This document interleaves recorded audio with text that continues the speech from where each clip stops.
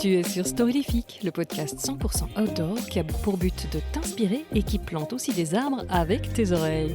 Dans cette mini-série de l'été avec Mathieu Tordeur, qu'on a pu découvrir plus longuement dans l'épisode 29, je te propose de découvrir d'autres expés de Mathieu en format court, de quoi ponctuer ton été de quelques aventures à déguster bien frappées. Dans le dernier épisode, on s'est baladé sur un glacier au Tadjikistan. Aujourd'hui, je te propose d'aller un peu plus loin et de suivre le parcours de Mathieu Tordeur de la Chine au Pakistan sur la mythique Karakoram Highway. Pourquoi mythique ? Eh bien parce que c'est la plus haute route carrossable du monde, puisqu'elle culmine à près de 5000 mètres à vélo. Bonjour l'essoufflement. Quand on sait que le fameux K2, le deuxième sommet le plus haut du monde, fait partie de ce massif du Karakoram, on aura tout dit. Longue de 1300 km, la Karakoram Highway relie la ville de Kashgar en Chine à Islamabad au Pakistan.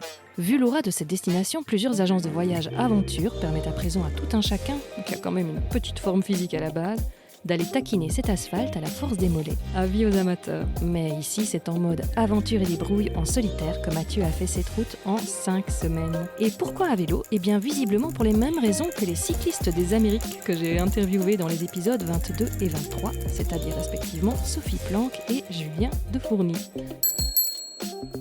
Sur son blog, Mathieu écrit d'ailleurs très bien « J'aime voyager à vélo. C'est un moyen de locomotion humble qui fait écho à tous. Que l'on soit chinois, bolivien ou éthiopien, tout le monde a déjà utilisé un vélo. Chacun connaît l'effort qu'il représente et la liberté qu'il procure. Avec mon porte-bagages bardé de sacoches, ma monture intrigue et invite à l'échange. Mais au-delà de faciliter les rencontres, ce que je préfère avant tout avec le vélo, c'est la douce lenteur du déplacement. À 20 km/h, on a le temps de véritablement s'imprégner d'un paysage, du relief d'une montagne ou des odeurs d'une forêt, ce que ne permet pas totalement le voyage en voiture. Le départ de l'aventure de Mathieu, c'est donc Kashgar en Chine. Pendant 2000 ans, Kashgar a été le point de rencontre des différentes routes de la soie, parce que oui, il n'y en avait pas qu'une. Plusieurs itinéraires en portaient le nom. La ville se situe au carrefour du désert de Taklamakan, et oui, ça ne s'invente pas, à l'est et des montagnes du Pamir à l'ouest. Tiens, revoilà le Pamir dont on parlait dans le mini-épisode précédent avec le Fenchenko. Alors, on va écouter Mathieu bien sûr, mais je te propose avant de t'intéresser à la route de la soie. Je ne sais pas toi, mais moi ce nom en évoque d'autres. Caravansérail, Islamabad, désert de Gobi, Marco Polo, Samarcande. Il plane sur ces noms un sacré parfum d'aventure. Bref, ça fait pédaler ferme, pas mes mollets, comme Mathieu, mais plutôt mon imagination. Et si tu écoutes ce podcast, je suppose que les grandes aventures, ça te parle à toi aussi. Alors plongeons une petite minute dans l'histoire pour en savoir un peu plus sur la route de la soie, sur laquelle transitaient marchands, soldats, pèlerins et espions d'oasis en caravansérail. Ça ressemble déjà à un bon roman d'aventure. À avoir le nombre de résultats sur Route de la soie aventure, ce nom ne fascine pas que moi, voyagiste, aventurier en herbe ou confirmé, s'y presse toujours à l'heure actuelle. Et à voir les images aussi rapportées par Mathieu sur son site, on comprend pourquoi. À propos de recherche sur le web, je ne sais pas ce que tu utilises, mais connais-tu les moteurs de recherche Ecosia ou encore Lilo ? Bah oui, tu sais, les moteurs de recherche alternatifs qui, grâce à tes recherches, plantent des arbres, dans le cas du moteur berlinois Ecosia, ou qui financent d'autres projets solidaires pour le moteur français Lilo. Si tu ne connais pas, il faut absolument que tu découvres ça. Je te mets les liens dans les notes de l'épisode. Il te suffit d'installer ça sur ton ordi en moteur de recherche par défaut et c'est parti. C'est plutôt simple, non ? Dans le cas de Lilo, ils soutiennent entre autres Longitude 181, l'assaut du formidable François Sarano, grand passionné de l'océan qui a fait partie de l'équipe Cousteau. Si tu ne le connais pas, je l'interviewe dans l'épisode 9 et c'est à mon sens une des plus belles interviews du podcast.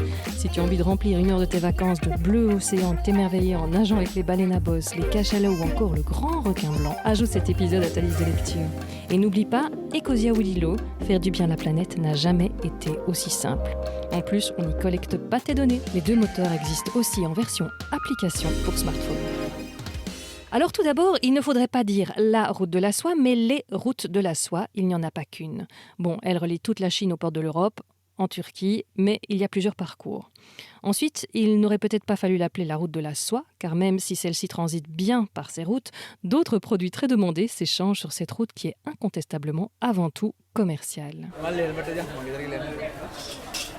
Les premières traces de la route de la soie datent de moins 2000 et est progressivement abandonnée au XVe siècle. Wikipédia nous explique le pourquoi, l'instabilité des guerres turco-byzantines, puis la chute de Constantinople, poussant en effet les Occidentaux à chercher une nouvelle route maritime vers les Indes à travers l'Atlantique. L'abandon de la route de la soie correspond ainsi au début de la période des grandes découvertes, durant laquelle les techniques de transport maritime deviennent de plus en plus performantes. Et les grandes découvertes, ça devait être des sacrées aventures également. Donc, quel est le lien entre la route de la soie et Christophe Colomb ? Eh bien, c'est ceci. Je ne sais pas toi, mais moi, j'ai appris quelque chose. Amusant aussi de savoir qu'une invention chinoise transitant grâce à la très terrestre route de la soie a accentué son déclin, puisque la boussole d'origine chinoise a boosté l'essor de la navigation. Alors pour le nom de la route de la soie, elle ne s'appelait pas du tout ainsi avant le 19e siècle, date à laquelle elle avait bien disparu.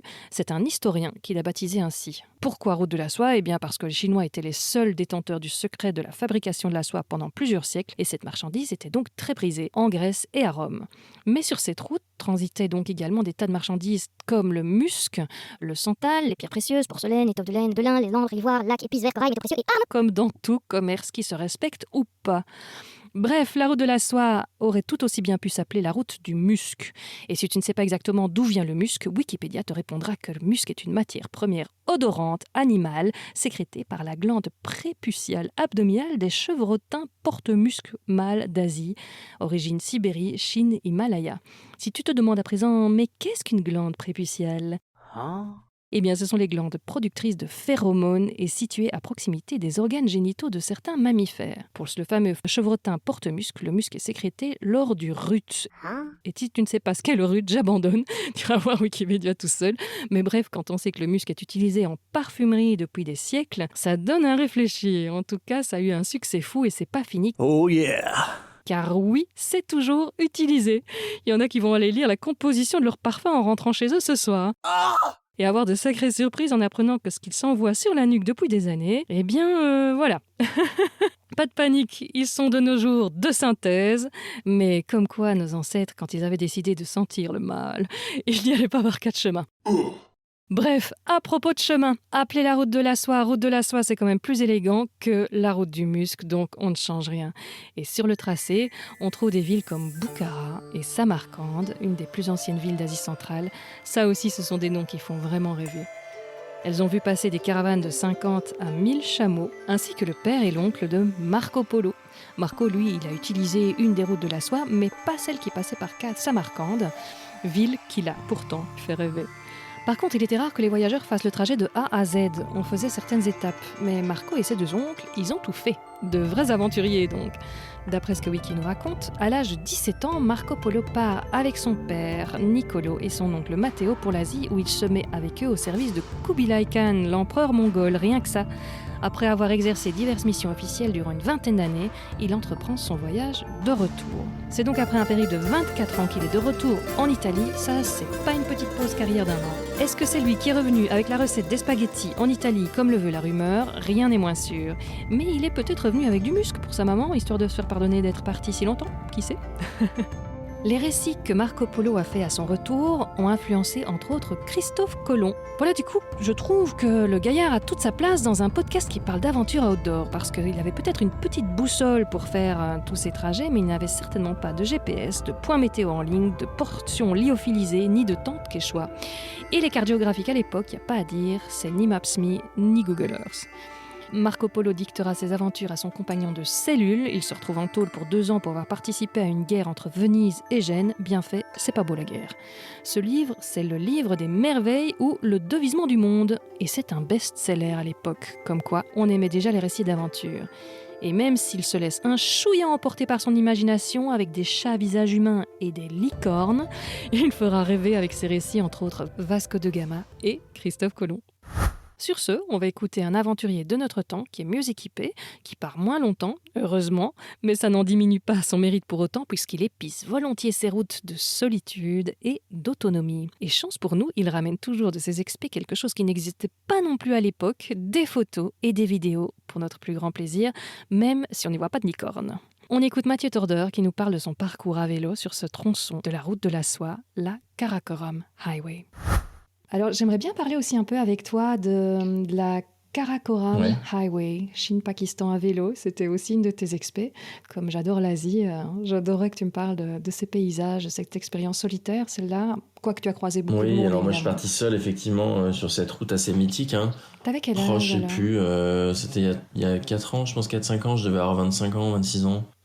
Mais je suis parti donc seul sur cette route qui est emblématique, c'est la plus haute route carrossable du monde, c'est-à-dire que c'est la plus haute route goudronnée du monde, donc elle relie le Kashgar, le Xinjiang chinois de Kashgar jusqu'à Abbottabad au Pakistan, et elle passe par un poste frontière à plus de 5000 mètres d'altitude.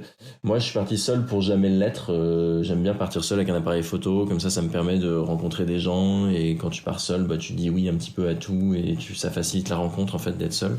À vélo parce que j'aime bien ça et que c'était un moyen pour moi d'avancer, de me fondre dans le paysage et dans cette géographie assez incroyable parce que tu es vraiment aux confins des montagnes du Karakoram, c'est vraiment tout le bout de l'Himalaya et t'as des glaciers immenses, des pics vertigineux, donc c'est un endroit moi qui m'intéressait, qui était assez reculé, dans lequel assez peu de monde, peu d'occidentaux vont. Et c'était fabuleux de parcourir cette route-là, de voir la différence culturelle aussi entre la Chine et le Pakistan, où ça n'a rien à voir. Où en Chine, c'était très difficile de communiquer, parce que moi, je parle pas un mot de chinois. Et puis, dans cette région de la Chine, l'anglais est pas du tout pratiqué non plus, donc c'était compliqué d'échanger. Et au Pakistan, au contraire, là, ça parlait anglais, et ils étaient très chaleureux, très accueillants. Donc j'ai vécu quelque chose d'assez fort du côté pakistanais. Et les paysages sont merveilleux, quoi. C'est des hauts sommets, c'est des torrents d'eau, c'est très vert, il y a plein de vergers. Et c'est magnifique, quoi. C'est une très belle région du monde. Et oui, en Chine, j'étais étonnée. On laisse crapahuter comme ça, parce que nous, quand on avait été en Chine, mais on devait dire à chaque soir où on logeait, c'était quelque chose d'incroyable en 2019. Ouais. C'était vraiment, il fallait qu'on soit traquable de par quel train on allait aller d'où à où. Et ça, je me dis, toi, avec ton petit vélo, ça a été pas de problème? Non, ça a été compliqué, surtout dans cette région de la Chine où c'est tout à l'ouest de la Chine, ça s'appelle le Xinjiang, et c'est là qu'il y a beaucoup de Ouïghours. Et on sait ce qui se passe avec les Ouïghours aujourd'hui. Les Chinois sont complètement en train de contrôler tous leurs faits et gestes, et plus que ça, il y a des camps d'internement, il y a de la torture, donc c'est vraiment un endroit très particulier en Chine. Moi, quand j'y suis allé,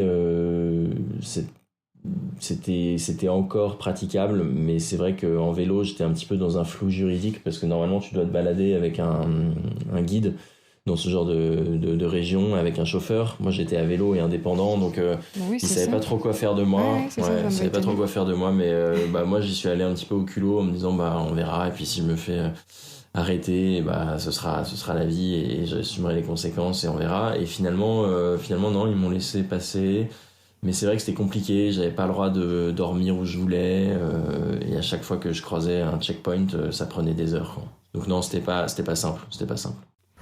En Chine, en effet, Mathieu raconte sur son blog plusieurs anecdotes, dont le fait que pour cette expécie, il n'a pas pu dormir en yourte comme l'année précédente, la Chine ayant resserré encore un peu plus la vis dans cette région. À propos de la vie en yourte en Asie centrale, j'ai un chouette épisode avec Breck Jaffrès qui sortira en automne et on en parle. Mathieu raconte aussi un contrôle de police où on ne lui permettait de dormir nulle part finalement ce soir-là, sauf à 90, voire carrément 90 km de là, ce qui est super pratique. Donc interdit de loger chez l'habitant, interdit de loger même au poste, et donc il a dû aller se cacher pour passer une nuit qui a dû être absolument géniale, ambiance. Man, this is great. I'm loving this. Au Pakistan, il reçoit en général un accueil super chaleureux, ce qui ne l'empêchera pas de se faire suivre par la police sur une centaine de kilomètres après Gilgit, mais cette fois pour sa propre sécurité. La région n'est pas vraiment ce qu'on pourrait appeler sereine. Un peu plus loin, près de Shilas, là ce sont des touristes qui se sont déjà fait égorger par des terroristes quelques années auparavant, donc il a pédalé aussi un peu plus vite. Pays de contraste donc, où Mathieu rencontre sur la route des zones où il ne fait pas bon être un étranger et d'autres bien plus nombreuses, où il est accueilli à bras ouverts. Sa conclusion, c'est que la Karakoram Highway, que les Chinois appellent aussi la route de l'amitié, porte bien son nom. Les Pakistanais m'ont réservé un accueil hors du commun. J'ai fait l'expérience quotidienne de leur incroyable gentillesse et générosité. S'il est vrai que la région autour de Shilas nécessite de prendre quelques précautions, le reste du nord du Pakistan n'est pas aussi dangereux qu'on le croit. C'est même bien le contraire, et je n'ai qu'une seule envie, y retourner. Le site web de Mathieu, dont je te mets le lien direct vers cette aventure Karakoram dans les notes de l'épisode, vaut le détour. C'est très bien écrit, et quand on voit les photos et vidéos de ces paysages somptueux, on comprend qu'il a envie d'y retourner. Dans le prochain mini-épisode, je te propose de découvrir un marathon vraiment pas comme les autres, le marathon des sables. Alors, avec un nom pareil, on se doute qu'il doit y faire plutôt chaud, et marathon c'est clairement un euphémisme puisqu'il s'agit de 6 jours et environ 250 km en plein désert. Bref, c'est un peu comme la route de la soie, on devrait dire les marathons des sables, pas le. Et oui, Mathieu s'y est collé aussi, il est partout. Alors, à bientôt.